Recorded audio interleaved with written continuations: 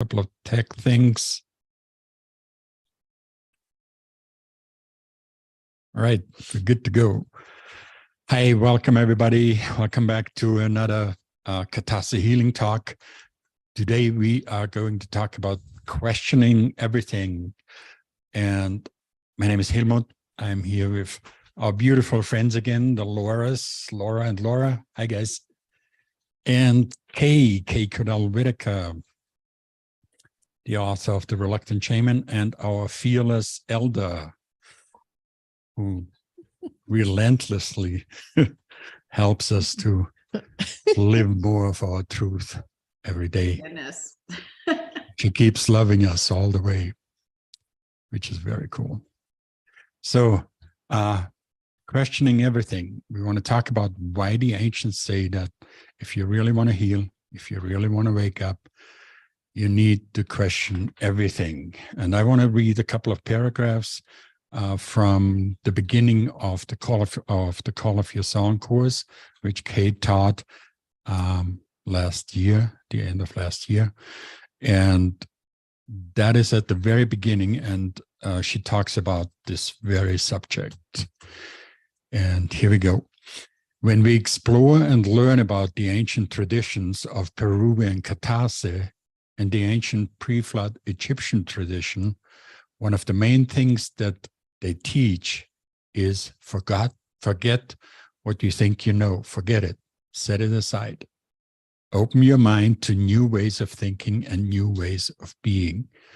Dive into the minds and hearts of these ancient people and question everything.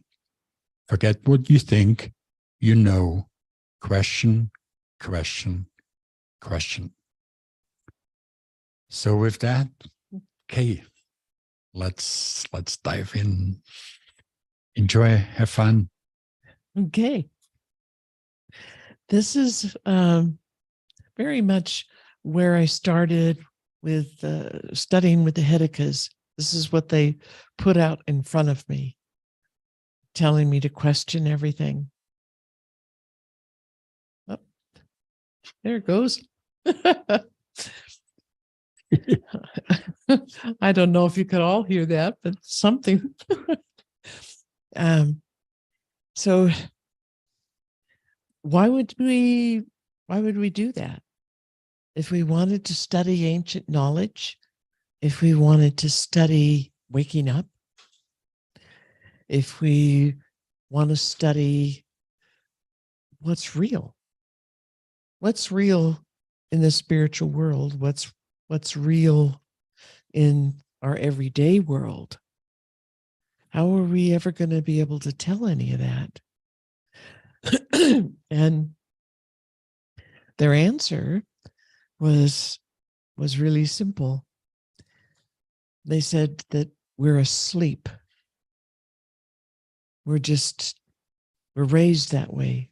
Our whole culture is that way, a whole modern culture. And that's now quite a lot of people on this planet. And we're in a fog.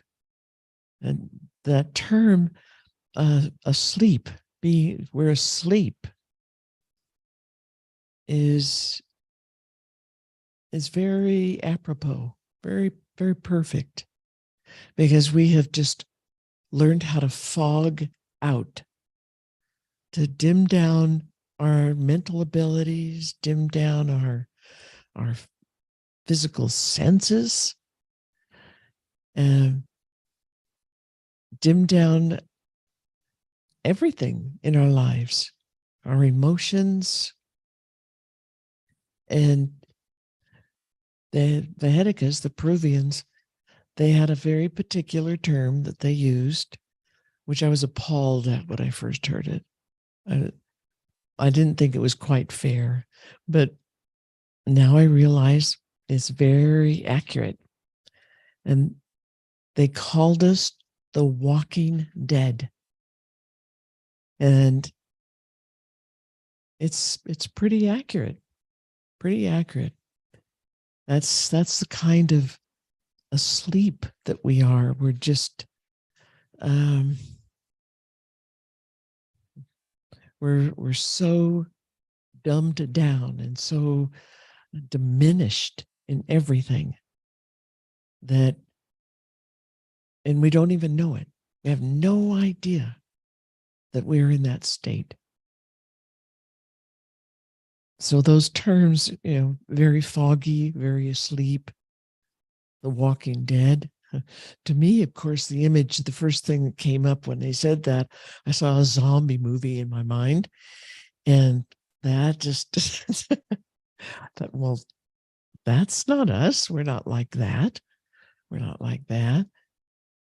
But for them, not having zombie movies in their background, that term, The Walking Dead, makes a great deal of sense.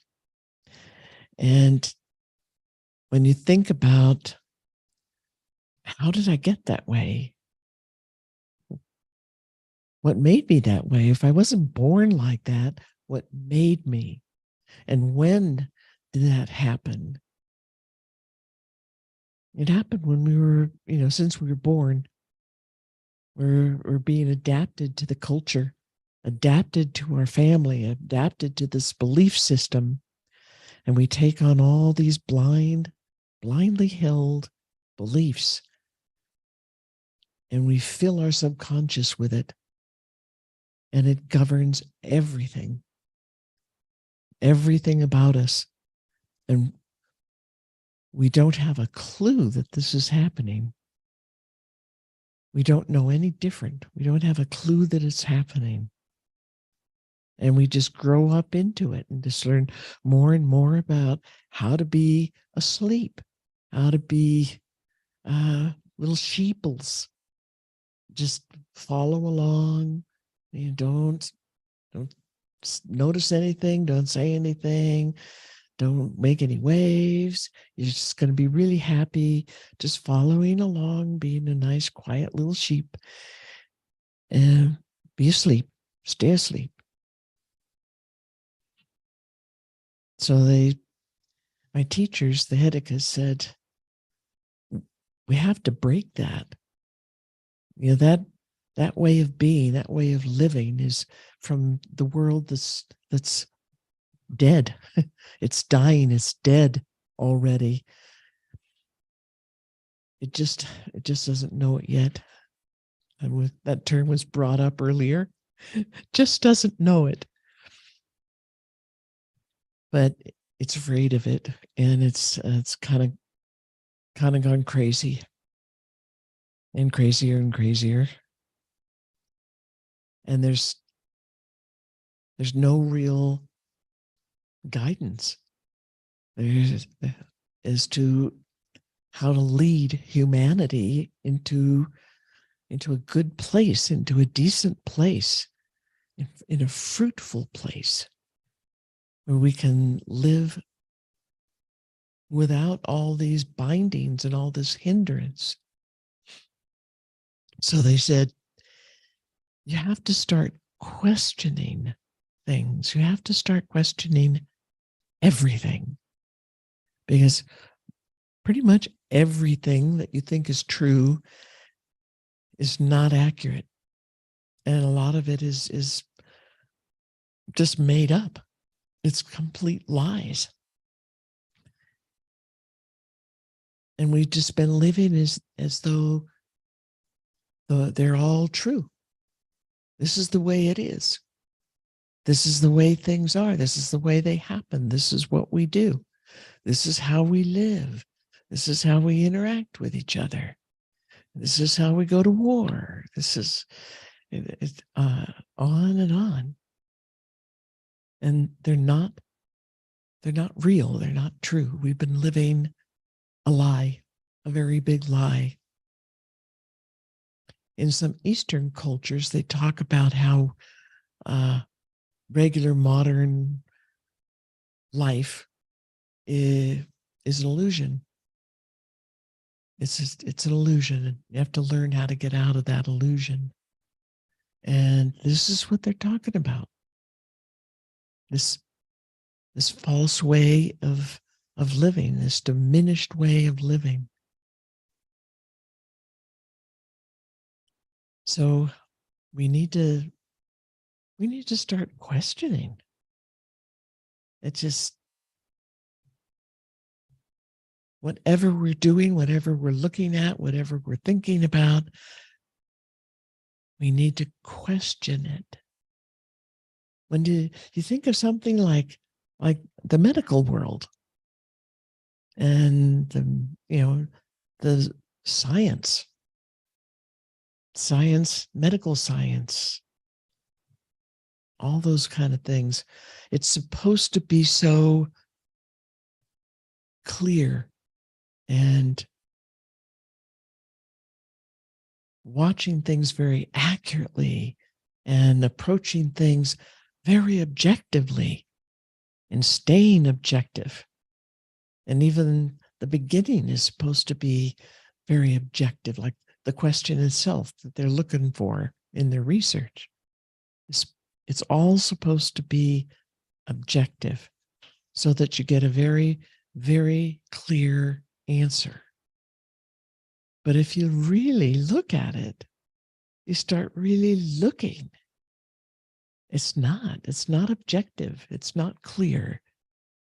It's very subjective and very tainted and very often leaning towards one kind of an answer or another. And a lot of scientific tests, medical tests, are designed to produce particular types of answers, to not be really a true answer to their question. And we see this everywhere. We see it in our educational system and how they teach kids, how they've been teaching kids in school, and what school is designed for. Just the whole design of our educational system, schools. It was modeled after a way to domesticate animals. That's what it's about. Domesticating animals, making sheep out of people. And not training them how to think or how to feel. Not training them to use all their senses, even their spirit senses.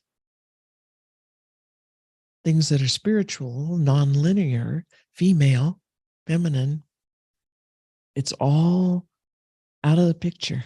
It's all washed out of the picture. And how can that be objective?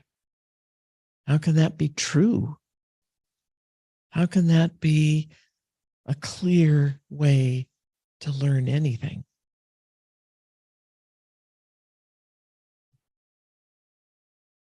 So question, even things that you think of at first that don't need to be questioned, question them anyway. There's this one guy that we've heard, we follow a bit. His name is Dr. Tom Cowan, and he really questions everything. He's an MD, and he questions all kinds of different medical things, questions the existence of viruses as a real organism, a real thing. He questions the fact that it could pass on contagious diseases, that's what it is. And everything, questions everything. And when you start questioning that, you've opened this big rabbit hole for the powers that be that govern things like virology and our recent virus experiences with a so-called pandemic. And was that real? Was it true? Are the deaths that we recorded actually real? Were they faked in some way? And he's been getting his answers. Once he started asking and looking, he started getting a lot of real people answers for what was happening in their medical and scientific world, and in other places too. So it doesn't stop anywhere. You have to just keep questioning. That's the only way you can break down those blindly held beliefs that are just lining your whole subconscious, and we carry the effects of them, the vibration of them in every cell of our body.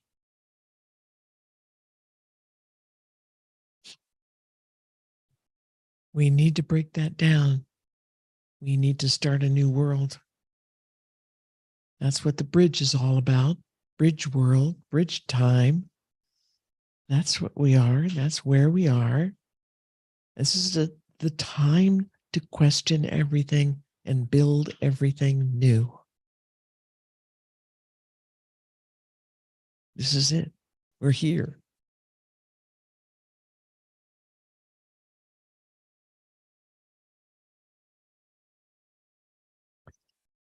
And I would like to hear what all of you guys think about that. To Laura's, Helmut.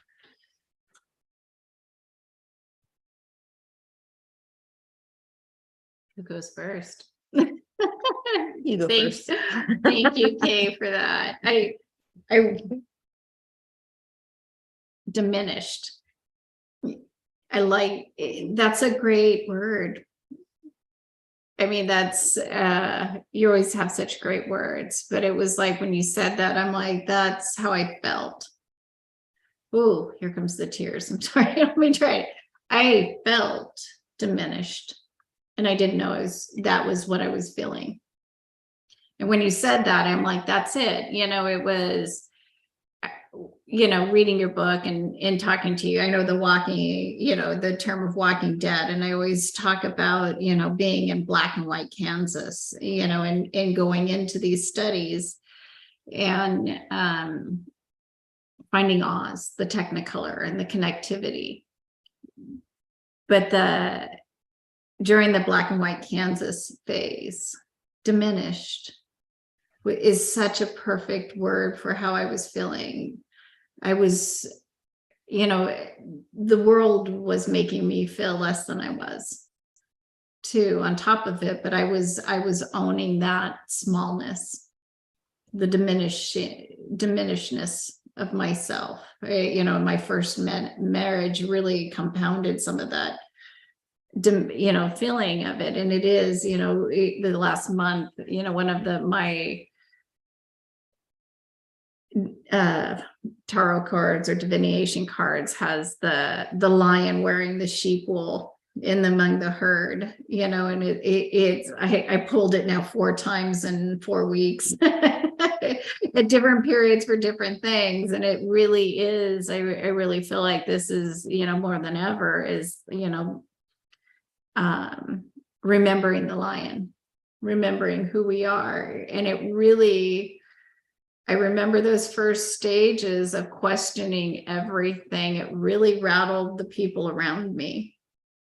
You know, it rattled them because I was this diminished personality, sweet. Yeah, which is funny. Anybody knows me now, that's not the word they use. You know, it was all about, you know, their compliments were diminishing too. You know, it was, but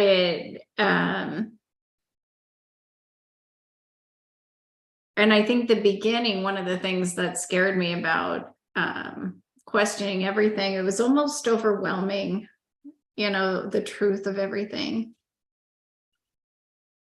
And I would say, you know, finding my song and going through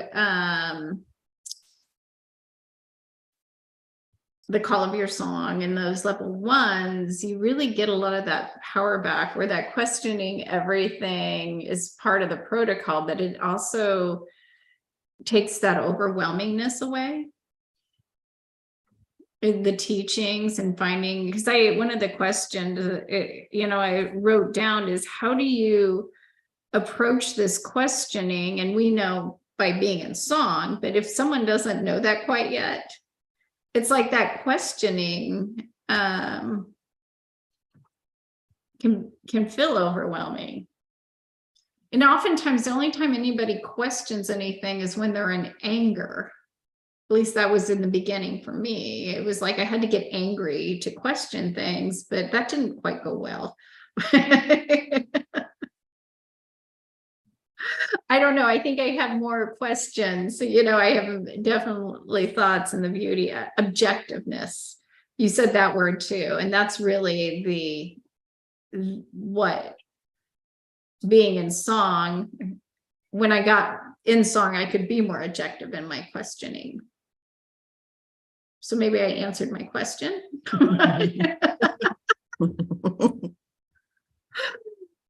But I would say, there's so much fear about what happens when you question things. We're taught not to question everything around us, all the teachers, all the authorities, wherever we go, in the stores, everything, every place. We're taught, don't question, just accept and be sweet, be quiet, be kind, smile nice, and move on. It's everywhere. It's everywhere. Yeah, I remember being around one of those people who questioned everything. And it was like, don't do that. It was like I would avoid going any place with her because she would question everything. And it was like, oh no, people are looking, in the wrong way. They're seeing us wrong, and I'm associated with this person. It was like, so, triggering all my fears, and, It's disrupting your illusion. Your sleepiness. People don't like that. No, but I remember her getting answers, and all of a sudden it was like, that would have been good to know. It was just like, too, it was like, luckily I look back at that person in my life was fortunate. I was fortunate to, have somebody like that, rattling me. It was great. What are your thoughts? I just have my. Well, I think about when I first started really questioning everything. And I did have a lot of people look at me like second look, like, who is this? Like, I've changed way too much for them to recognize who I really was. But in reality, of course, I was figuring out who I really was. But I remember figuring out what were some of my beliefs, because I know you call it like being in a box. I kind of see it like living in a little studio apartment with no windows and really dim lights, and those Slightly bigger box than a Yeah, cardboard box. slightly bigger, yeah, right. Hers has air conditioning. but it's so dark because of our blind beliefs and our judgments and all those things, the masks that are really blocking the truth from really what's really there. Whoa. Bird. Bird hit the window. And I remember I was like doing the work from the Call of Your Song, and just really doing a lot of mask work and figuring out what was those filters that were interrupting what's really there.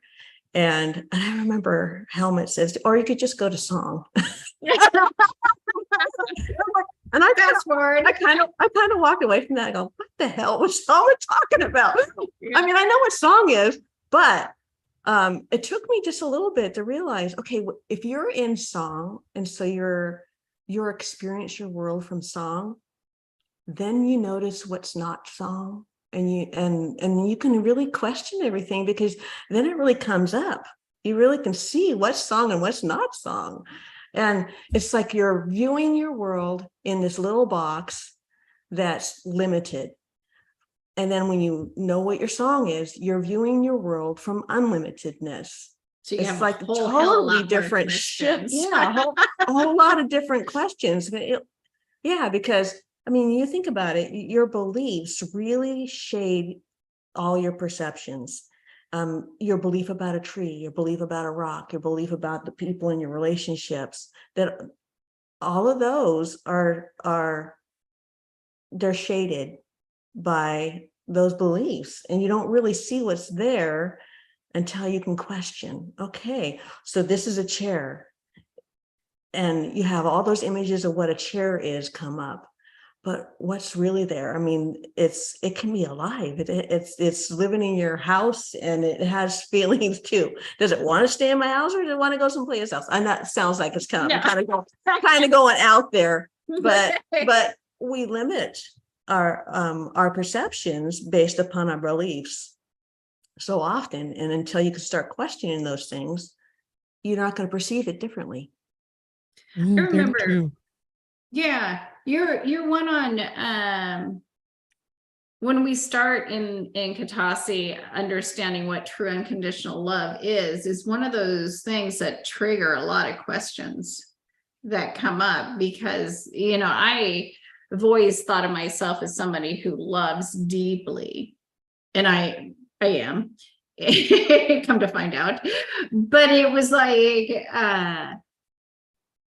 that shadowing everything, it was like I had some of the journey work and the other work, it was starting to peel out the understandings of my fear. And I had so many fears that I never had questioned, that my form of love was definitely conditional. I had to start questioning my actions.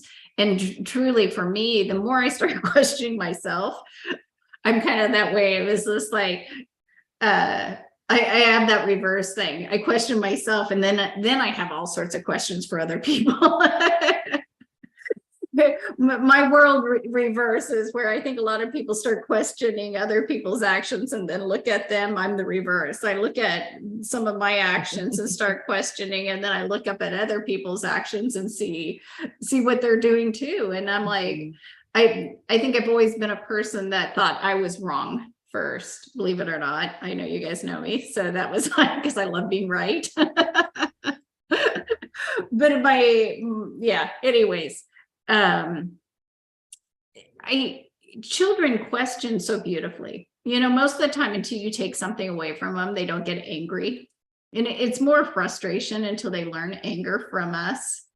They just don't get it. Whether you're taking something away from them, they question everything until we tell them to stop.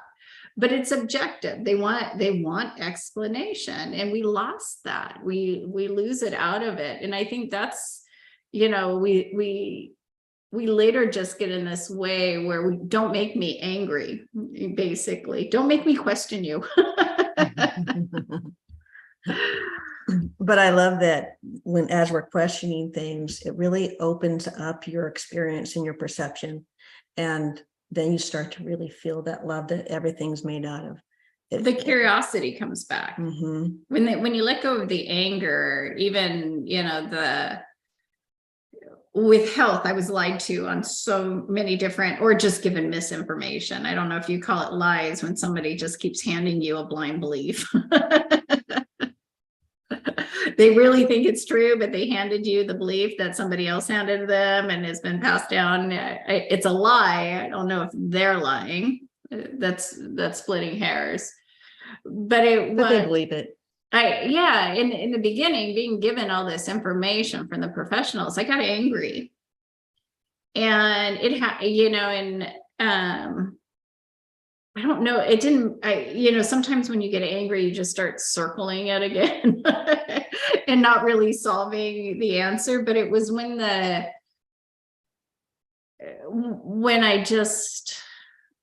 it's like I wanted health, and I wanted the peace that, around it too, that I really actually started seeing and getting more truth. But the curiosity came, that it was finding the truth became fascinating. and a joy. It's like a dog, you know, a rabbit hole now of wanting more truth, just more truth and accuracy and finding accuracy and being okay. I think that's one of the things I liked about Dr. Cohen, Tom Cohen, is one of the recently in the last couple of years, he said I was wrong publicly. And he's just like, I was wrong. And you know, and just like we all need to admit when we're wrong a lot more.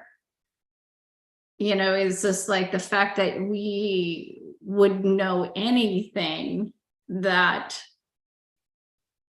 we'd put any fork in the road and say this is truth when we're, you know, just all still evolving in this information. You know, it's that question everything that he shifted into. I think he was already there. He may have got derailed for a moment, but it was pretty cool. I have to say that it was him coming out and saying he was wrong. It almost was like it was freeing a whole lot of other people too. Like, let me just step out here and be the first. And I don't know. I'm kind of still new in this whole rebelling game, or new to returning to it, because I was that way when I was little. Sometimes I think I have it all figured out. And I laugh at myself. And it's okay. You know, it's okay to keep questioning, and it's okay to get it wrong as long as you keep questioning, because like I said in our last little talk, the universe has a way of letting you know, and it keeps bringing in new stuff and more things to question and more things to experience, and you just kind of go from there. And as long as you kind of hold your song and approach things with love, it sorts itself out. It does, but it starts with a question.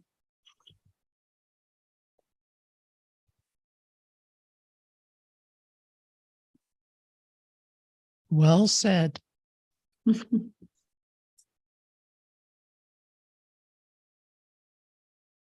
I remember being very little and questioning. And I think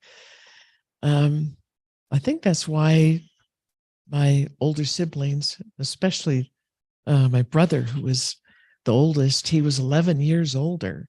So he was, you know, when I was born, he was 11 already. So as I started to get up in, you know, another year, he's in his teens, and was probably very frustrated with the likes of a toddler chasing him around.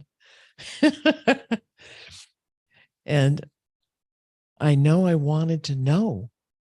I knew that he knew a lot of really cool things, and I wanted to know. I wanted him to share. I wanted my dad to share, or my mom. And it worked in the kitchen. They would always share all kinds of, you know, whatever cooking things there was going on in the kitchen. But with any other subject, I think I was an annoyance. A big annoyance. But when I was grown up and living from those blind beliefs, not knowing it, starting to study, and I was trying to implement the things that I'm studying with my two kids, who were very little still. They were, you know, 6, 7, 8, 9 when I was starting. And my son was an incredible questioner. He was very, very bright, but would just, how, why, how, why, what's that? What's that? Why this? Why don't you this? You know, on and on and on and on. And I got used to it. I tried to encourage it. I realized that in the beginning, I really discouraged that because it got awfully annoying. And he was, other people just couldn't take it. They just couldn't take the barrage of questions.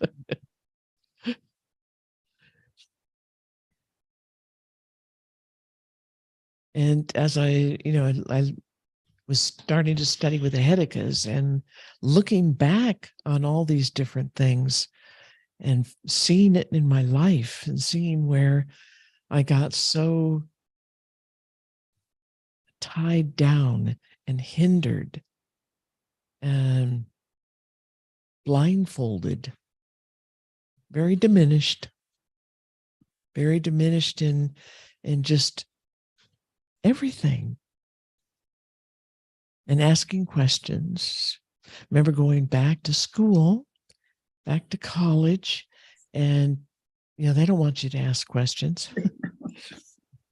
So, as I was comfortable being very, like you said, small, quiet, shy, in the back of the room, and just doing my thing, listening to them, trying to learn what they had to teach. And at the same time, I was studying with the Hedicas, who are showing me this whole different way of living, a whole different way of life and thinking and feeling. And like you mentioned, our song, that was the next step that they gave.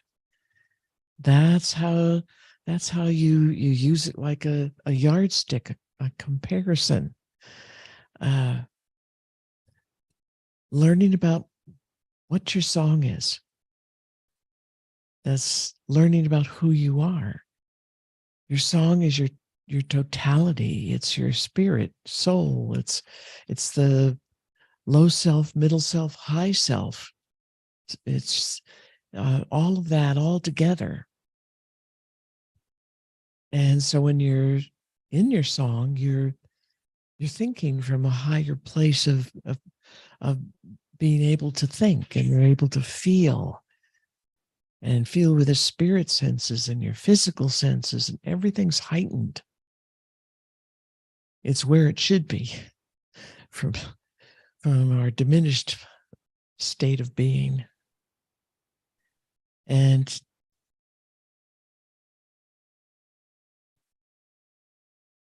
it was very confusing going back to school and realizing most of those people don't know anything that they're talking about. And I started off as a science major, following my brother and my father. And then realized that, ooh, man, what they're doing to science is a crime. And everything was numbers and big numbers and more calculus and this kind of math and that kind of math. And my mind was just rebelling. So I changed my major to my real love, which was art. And there was one teacher. And he was extraordinary. He looked like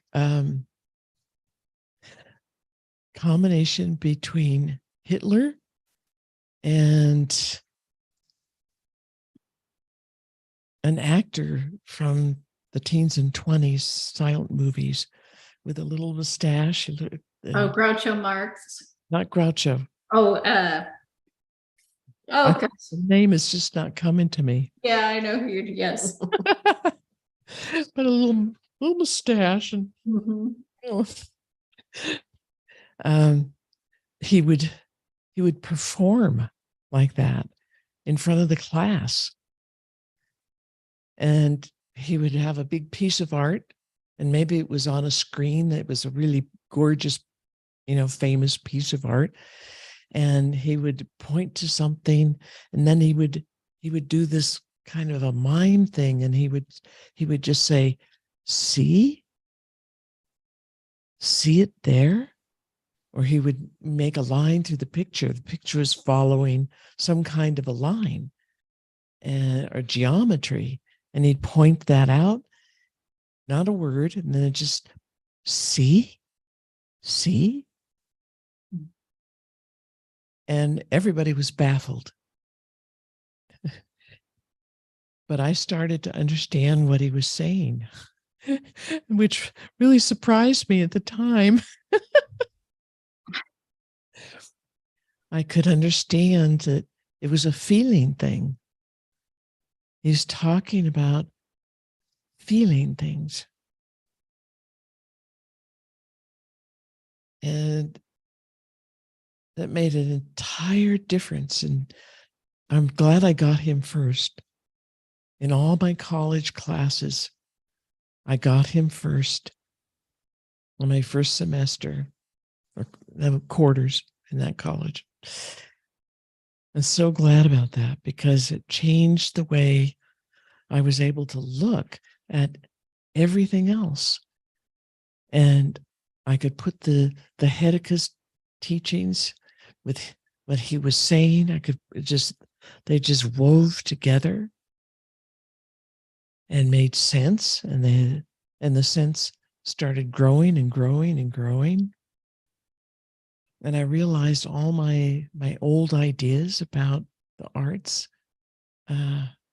just had no validity. They had no validity whatsoever. And things that people were teaching in other classes just had no validity. It was somebody's intellectual idea that had been passed down probably for generations or centuries. And this goes for every field. I was able to talk my economics teacher into letting me do a sculpture and cast it in bronze, a little bitty sculpture that would visually describe this economic story, his favorite piece of economics, ups and downs. And it involved a wheelbarrow full of apples. And I ended up having things from two different worlds colliding together, which was beautiful. It felt beautiful. And I even understood what that teacher was trying to say about the cycles of economics and the ups and the downs and things, even though that's all engineered, it's all made up. Our whole economic system is all made up. It doesn't have to be like that at all.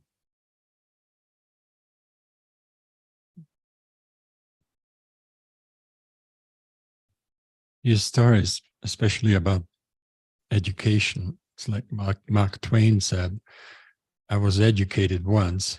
Took me years to get over it. And if you journey long enough on really wanting to wake up and really wanting to understand, you come to a point where you more and more realize nothing in our world, is what it seems. Well put. Absolutely nothing. Well, okay. Maybe a couple of things. And then without having sung the truth of yourself, it's really hard to get to that, to accept that realization. Of with song, you have a solid center from which you can observe all that crazy stuff. But my point is, if you ask people to question everything, it's like you ask them to question their reality. And their identity. And that's a scary proposition. So everybody continues walking around with confidence, believing that this is how the world is, this is who I am, and don't rock the boat. But if you really want to build a new world, a different world, We need to question all of it and consider the possibility that none of it may show itself to be real and not just a made up illusion. But that's how we can build something different. I wanted to know a lot of things when I was getting into the questioning everything. And I felt like nobody would tell me. And I got really frustrated. And it was like, what's going on? Until I met Ernie and then you, but I realized nobody knew anything, really, themselves. Some pretended, but they were all looking. Or not looking. In a way, I think they were looking, but scared. The three Oh, wow. monkeys. Hear no, see no, speak no.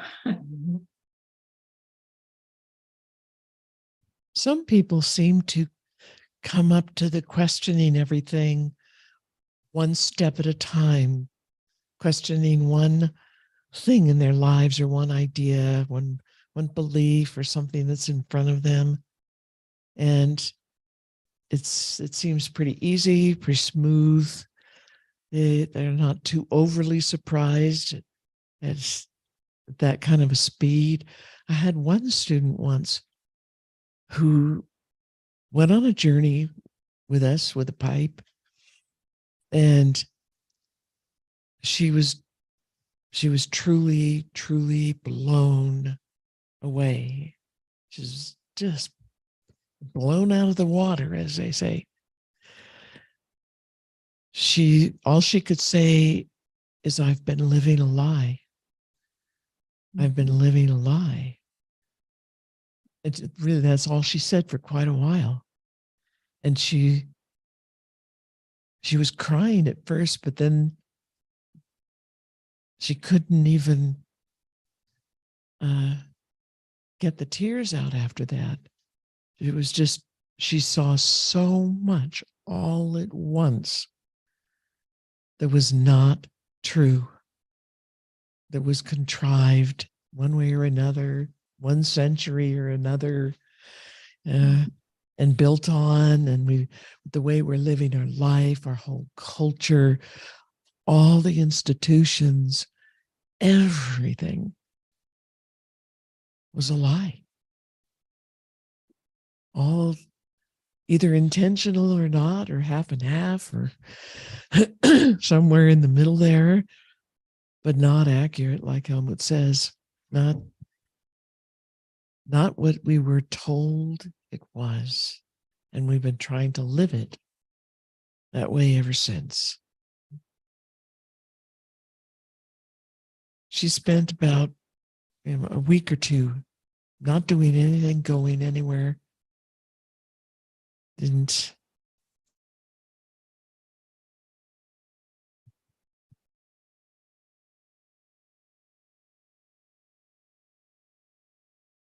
We have a little frozen K. Oops. Fix it. No.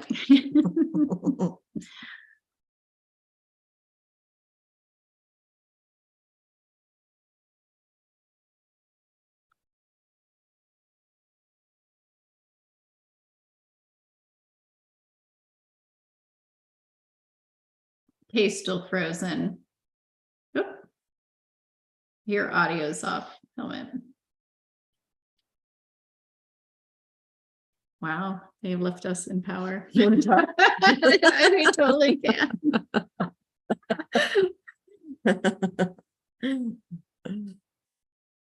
Well, I've noticed the more I question, the more my perception changes.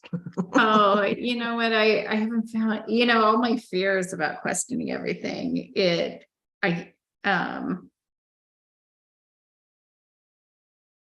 Has just changed and almost into that childlike wonder. And I keep going back because I remember during this whole time, I keep remembering this time when I was like 5 Mhm. in church, and they passing the communion tray. They had I won't say which church, I don't want to offend anybody, but it was like the communion tray went by, and they had all the cups, and they used like Concord grape juice in the cups.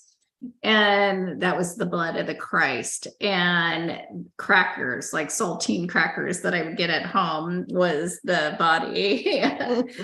And these would pass on by, and I was 5, and it was around lunchtime. And so I'm smelling crackers and grape juice. And so I asked, and it was like, I remember, asking about those things, and I was told not to ask. Mhm. I was literally pinched over and over again in my class. And my grandmother pinched my ear to like hush it. And every pinch I received was typically because I asked a question. Whether it was at that moment or a later moment, I just, I wasn't supposed to question anything. I was supposed to be quiet, diminish myself, and listen. Mhm. Just listen. And you kind of start seeing that pattern. To make people happen, diminish yourself, be quiet, listen, and act out the same belief system that they have and what you're told to. And it, that child is what song is again. I would say, Kate, for why Kay and Hellman are trying to come on. I don't know if this is still recording or not, but the call of your song and that level 1 apprenticeship has so many tools to making this question everything. Yeah, and get back to that wonder, that innocence, that, you remember as a baby or even watching your grandchild Yeah. just exploring their world for the first time. Yeah. And they don't have those masks. They don't have those They filters. touch the Oh my fire. God.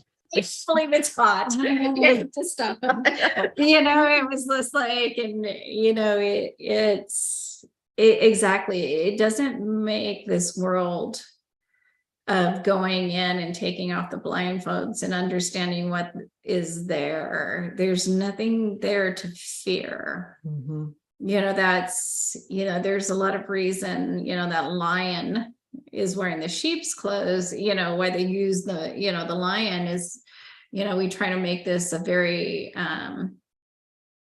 it is courageous. Mhm. It's very courageous to do because it goes over it beyond, but there's a whole lot less there to fear when you have song. And when you learn your song and learn the tools that Kay was taught and Kay teaches, those tools are just your power, your sense of power, your strength. The torchlight. Your torchlight. You are your torchlight. Mhm. Yeah, I just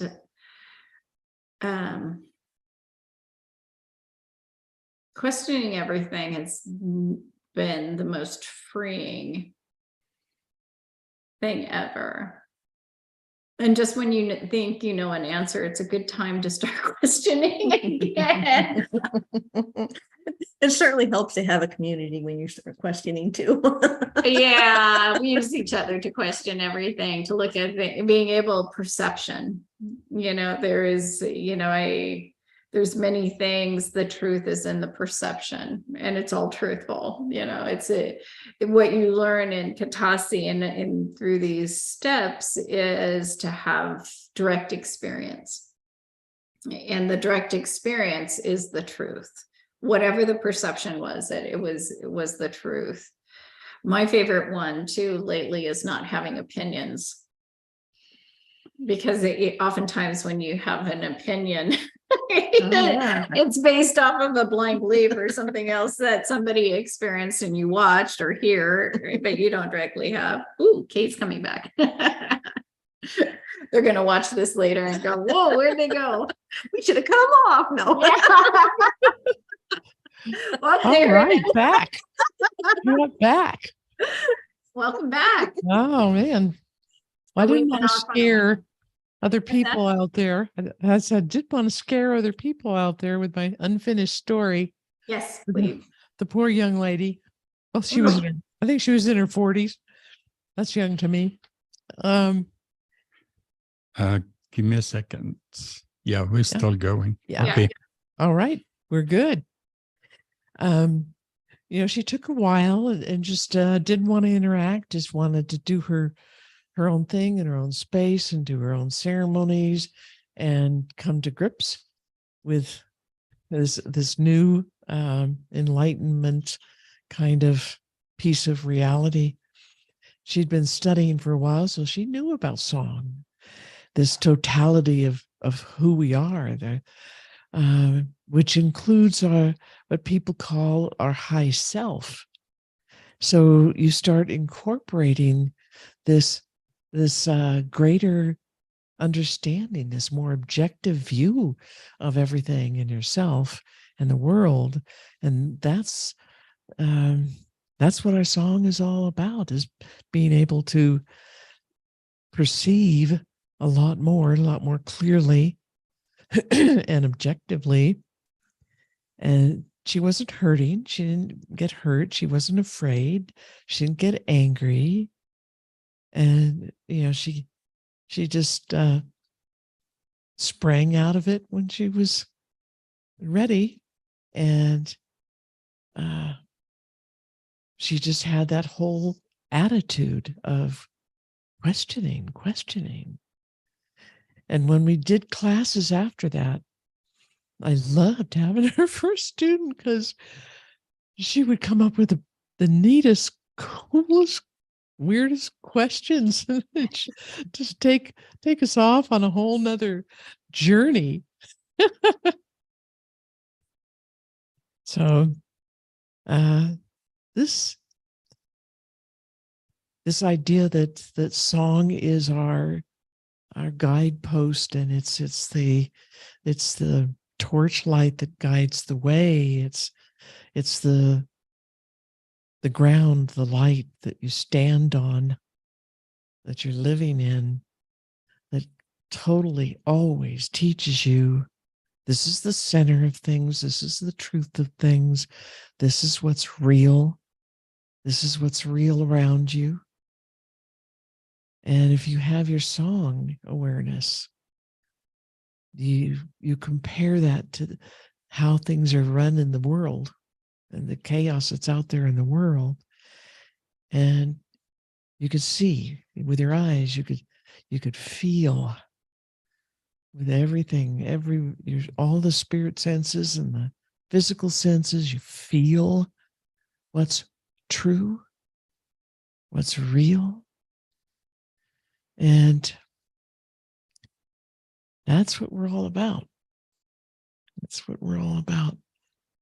And that's why, this is definitely the bridge time. We are the bridge people. And this doesn't have to take a real long time. People do these steps of waking up. It's not the whole waking up. It's the first steps of waking up and expanding our consciousness, expanding our whole reality that we're experiencing of things, and tossing out the dirt and the garbage. It's a cleaning house process. It's what it's all about. It's beautiful, and it feels so wondrous and so beautiful.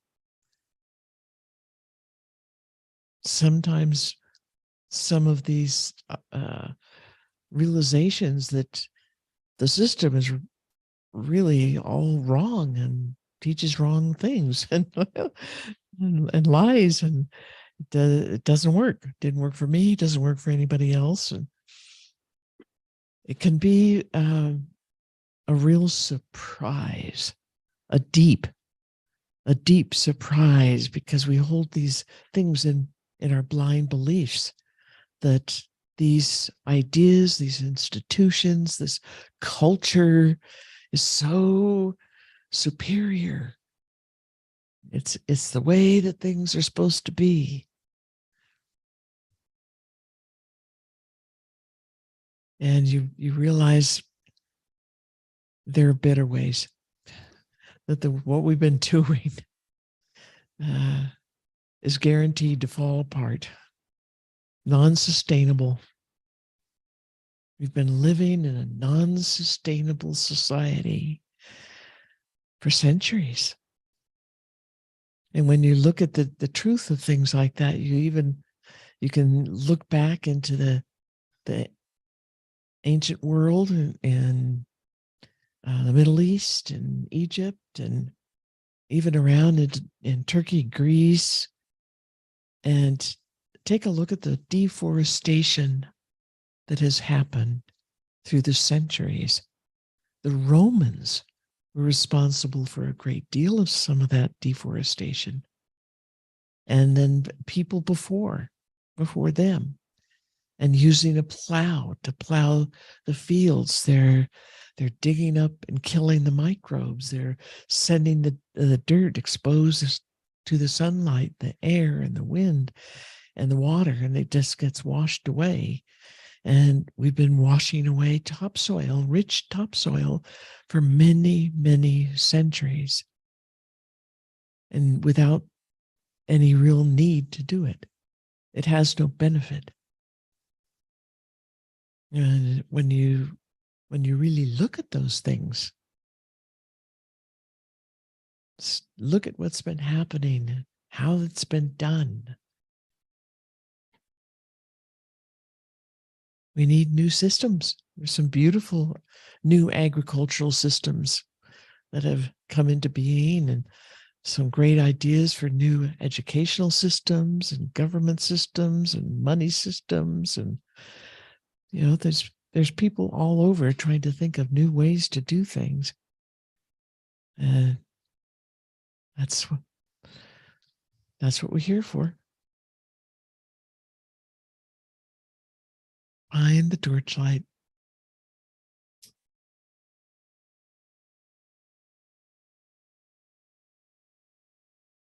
Keep questioning. I like Laura's comment. She says this quite a bit. We've got this. We got this. Yeah, we do.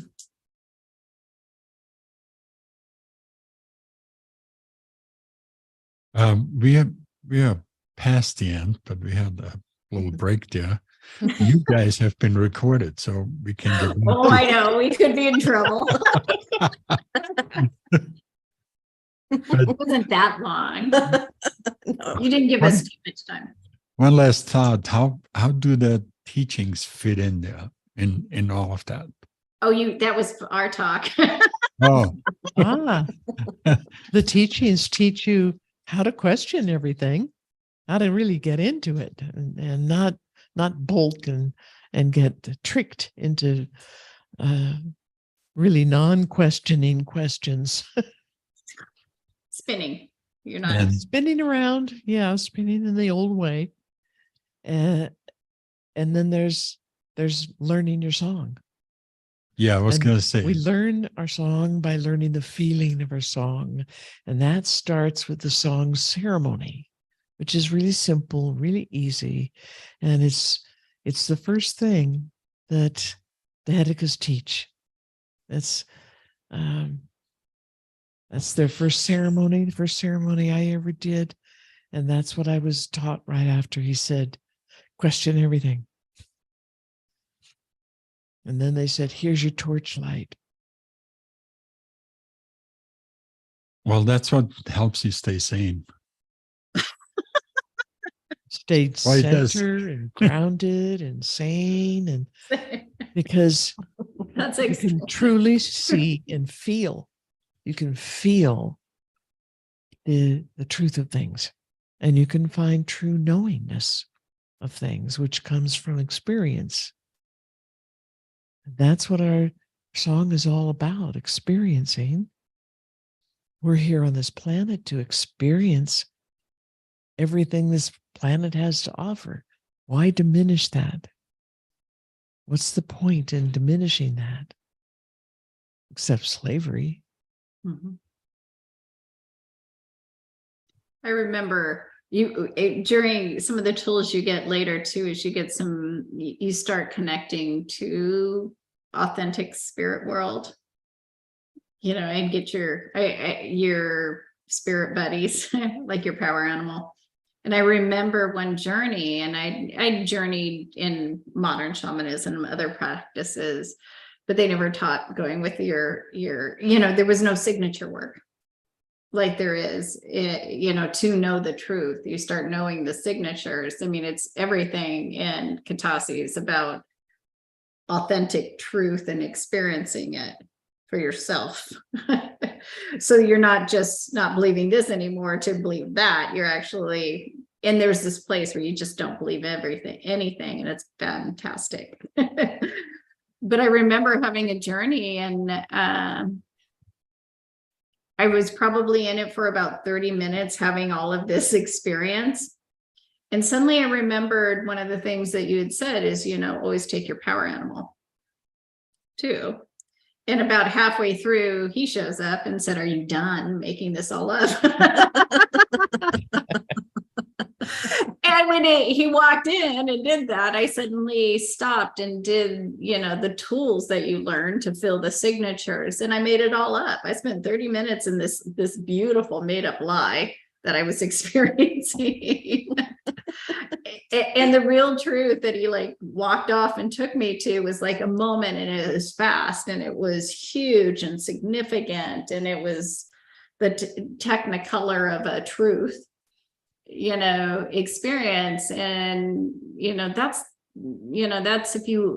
why all over and over again why I stayed with the practice and encourage other people to do the practice is the tools for having the truth for yourself, over and over again. 9, almost 10 years I've been doing this. It's just every class, every opportunity, it's another strength in finding the truth of who we are, what we are, and what's really going on in the world for ourselves. And I, instead of just giving you this belief or that belief, you stop believing this because you found out that's a lie. So you're out there trying to grab something to believe in where you can just experience versus, seeking a belief system. Well said, Laura. Oh, thank you. Mhm. Well said. I don't even need to add anything. Okay, on that note. Any Thank other you. thoughts? Thank you. Just gratitude, no thoughts. Me too. Gratitude. Hey, you good? I'm good. All right. That's it then for today. All right. You have been listening to a Katasa Healing Talk and points of truth that the ancients talk about.